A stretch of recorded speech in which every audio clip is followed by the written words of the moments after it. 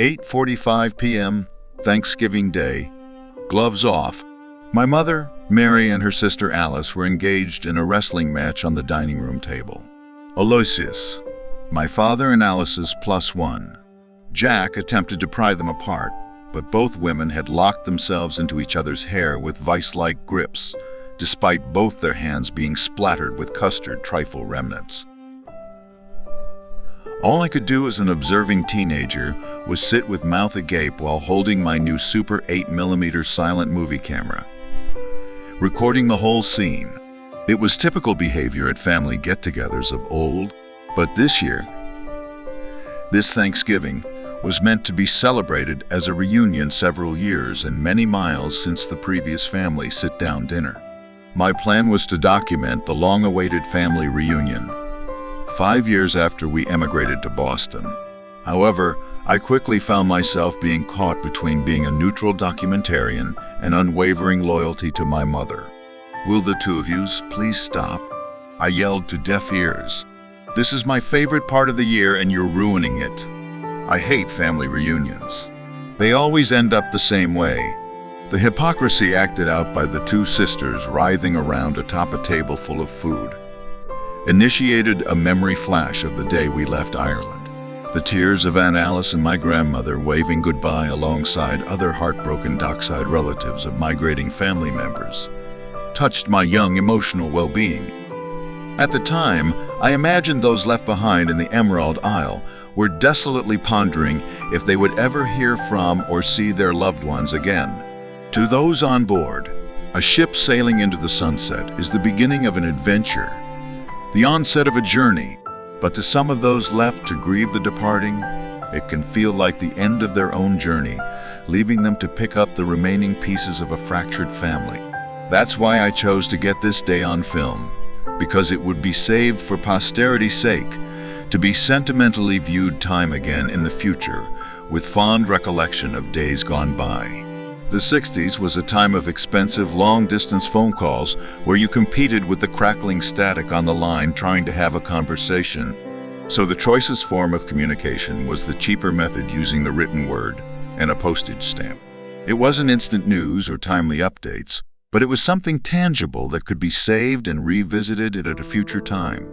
However, with the passage of time, weekly letters can easily fade into monthly correspondence, then drift towards a lazy, twice per year, finally receding like distant memories into forlorn remembrances spoken around an open fireplace and a warm glass of stout. "Did you hear from that one?" would be a commonly asked question. I must write to them soon.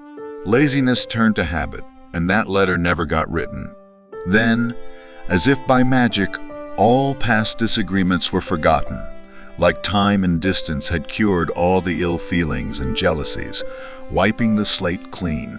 "If only me's sister were here," my mother would lament. "Why did we ever leave Ireland?" "Remember Mar," my father would say. "We came for a better life. Sure, 'tis better to be amongst family poor than lonely and rich," she would argue. "Aye, my love," my father would empathize. "But are we not better off now? Sure, don't we have each other? Can't even get a decent cup of tea in a city famous for its tea party." My father would laugh at the innocent quips my mother often entertained him with. Being born into abject poverty in a damp, wet land with little job prospects, schooling, although a necessity, was not always convenient for families that needed wage earners to heat the home, put food on the table, and pay the inflated rents of slumlords. So, like many others of her time, my mother had to find early work in button factories and other menial and repetitive jobs, where unsolicited education accompanied canteen breaks relayed from the tip of every Irish biddy's tongue, eager to stretch truth beyond recognition. My Seamus saw it with his own eyes and told it to me as I tell it to you now. Would justify a story's authenticity. Daft as a donkey's arse that one is? Sure, everyone knows the man upstairs was Jesus' real father. In a Catholic country, to question authenticity is to spit on the word of God. The priests have the knowledge you seek. Sure, Why do you need to listen to all that rubbish on the radio? Nothing but filthy lies told by dirty heathens. Gaining the trust of the Irish has always been a difficult proposition. Suspicion and a lack of acceptance of outsiders is ingrained into the indoctrinated embodiment of every child of Irish soil. 'Tis the God's honest truth. The liars would always finish with, Catholic hypocrisy knows no bounds. Random expressions of gossip fuels an ignorance that turns folklore into fact and fact into suspicion. Distrust. Then finally, ostracization. It was the latter that forced the decision to rip us from the familiarity of immediate family and sail across the Atlantic to a foreign land with foreign ideas and foreign food. But time seemingly forgot the ignorance of the devout, so we found ourselves reluctantly assimilating into what we deemed American culture. And the uniquely American Thanksgiving was one of the holiday traditions that converted this young filmmaker into a free young man. 8:42 p.m. Preemptive strike. Mom's death is on your shoulders, Alice coldly stated as she took her seat at the table. She was never the same after Ye's left. Aunt Alice had just downed another glass of false courage before raising her voice to my mother. I was never her favorite, my mother replied. You made sure of that. Now, Mar. My father tried to intervene when hearing raised voices.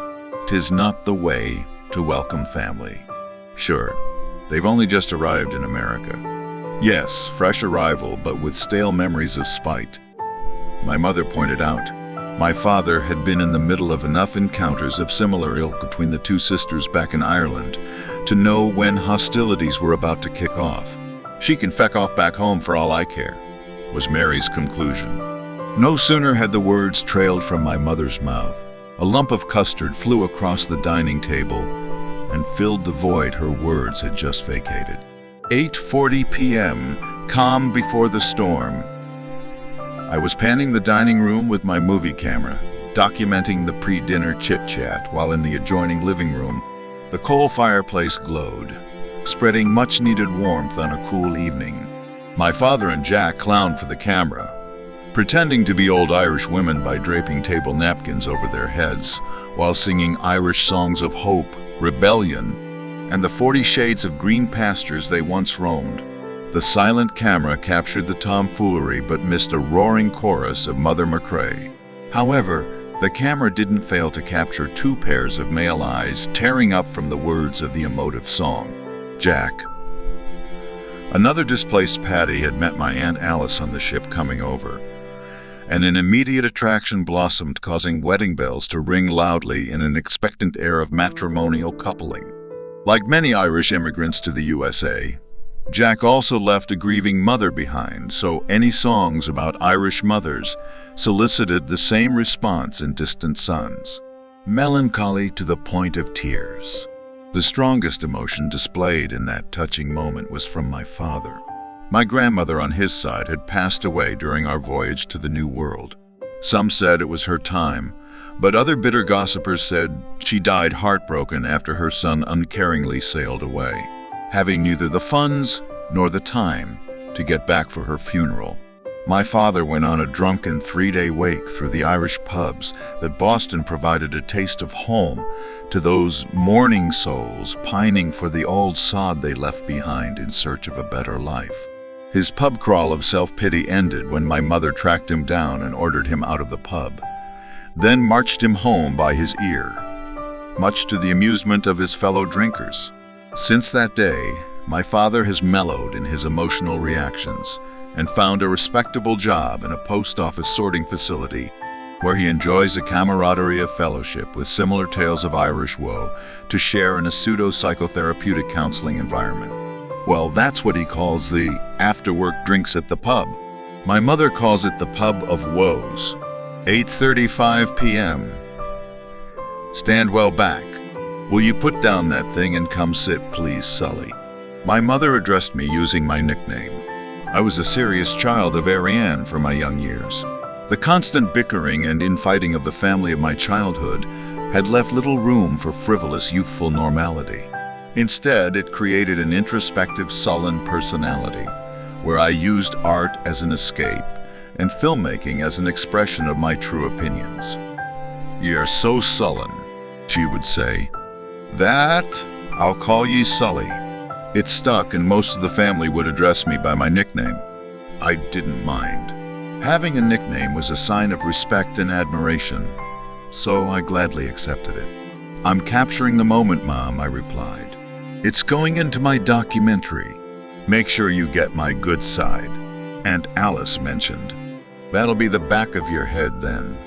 My mother quippingly followed, causing my father to halt his conversation with Jack and throw a disapproving glance toward my mother. In one innocuous moment of flippancy, my mother had unintentionally lit the touch paper to the subsequent eventful evening. 8:15 p.m. A careful reminder. "You should have been there," my Aunt Alice said to my mother. Family from all corners of the globe attended. Families with money. My mother tried to justify her absence from her own mother's funeral. "We were barely scraping by. I couldn't leave my job. Not so soon after starting. I would have surely lost it to someone else. We just thought that you and Aloysius had started your own trend of missing funerals. Too busy to remember your own back home. Mar." My father attempted a distraction. "Have a sip of the black stuff and let's get everything on the table. I'm sure we're all hungry to sample your fine cooking." The condescending smile from Alice's lips suggested the topic was not closed. Not by a long shot. 7:45 p.m. reunification. My mother and Aunt Alice sat on the living room sofa, sifting through the photo album Alice had brought with her across the sea.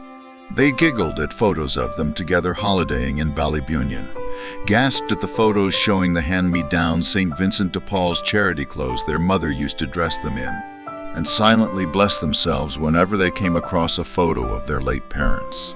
The initial news of her sister's emigration had excited my mother. At last, she had her sister close by to confide in. Momentarily forgotten were the sibling disagreements, the vociferous arguments between family members of the generation that preceded them, the hardships they had endured living under the roof of parents who were always late to rise, late to work, late to build any self-esteem in their two daughters, but always early at pub opening times. Then late home after closing. For the first time in a long while, I glimpsed a moment of happiness creep across my mother's face, and I was so ecstatic to capture that moment on film. 7:30 p.m. arrival. My Aunt Alice ruffled my hair as I greeted her at the front door. "Don't look at the camera, Auntie Alice," I directed. "I'm making a documentary. Just act natural." My directing debut lacked the commitment to control. This was demonstrated by Aunt Alice curtsying while raising her skirt above her knees. "Ye shameless harlot," my mother said in passing. "I hear short skirts are all the rage these days," Alice pointed out. "Lucky I can sew. I'll have new hems in no time." The disagreement in opinions didn't prevent the two reunited sisters from hugging each other warmly. For my mother, this was indeed a day for Thanksgiving. "This is all so new to me, Mary," Alice confessed. "I feel like I went to sleep in Ireland and woke up in heaven. Such opulence, wealth, and friendliness. We stopped to ask directions to your house, and the policeman went out of his way to accompany us to the corner. Ask directions in Ireland and you'll get the reply, 'Who's asking?' Well, you're here now," my mother reassured her. "At long last, 'tis the fourth Thursday in November and the first day in your new life. That's a lot to be thankful for." 7:25 p.m. Lights, camera, action. "I hope there's film in that thing, son," my father asked. "Your mother has prayed for this moment for so long. Having her sister living near us will be a godsend. No more pining for home when everyone's in the same spot. Hey, would you like a song to start things off?" "Sure, Dad." I hadn't the heart to tell him there was no sound recording in the C9 camera, but his antics at the piano made up for that as he played and sang a version of Molly Malone at the top of his voice. With every high note in the chorus section, he comically raised his seated posture, then dramatically flopped back down on the piano stool to begin a new verse. The festive air of the Thanksgiving holiday had been set. Music, a warm fireplace, and the smell of my mother's cooking preempted the arrival of real family to our humble Boston dwelling. It was an opportunity for me to use my birthday present to document the beginning of a new chapter and the anticipated emotional reunion between estranged Irish sisters in their new land of opportunity. My mind drifted to imagine that across the country, families and friends alike were giving thanks to a time in the past when the Pilgrims shared their harvest with the natives of a land they would soon displace. But I was too young to recognize the irony. However, across the centuries, Thanksgiving has evolved into a time for families and friends to share stories, food, and drink in a welcoming and friendly atmosphere. So I had high hopes for the success of the rest of the evening. 7:24 p.m. Anticipation. It's the fourth Thursday of November. The table is almost set. There's a sparkle in my mother's eye that hasn't been there in a long while, and I'm excited to get this all on film. When Aunt Alice arrives, it's going to be great seeing family back together again.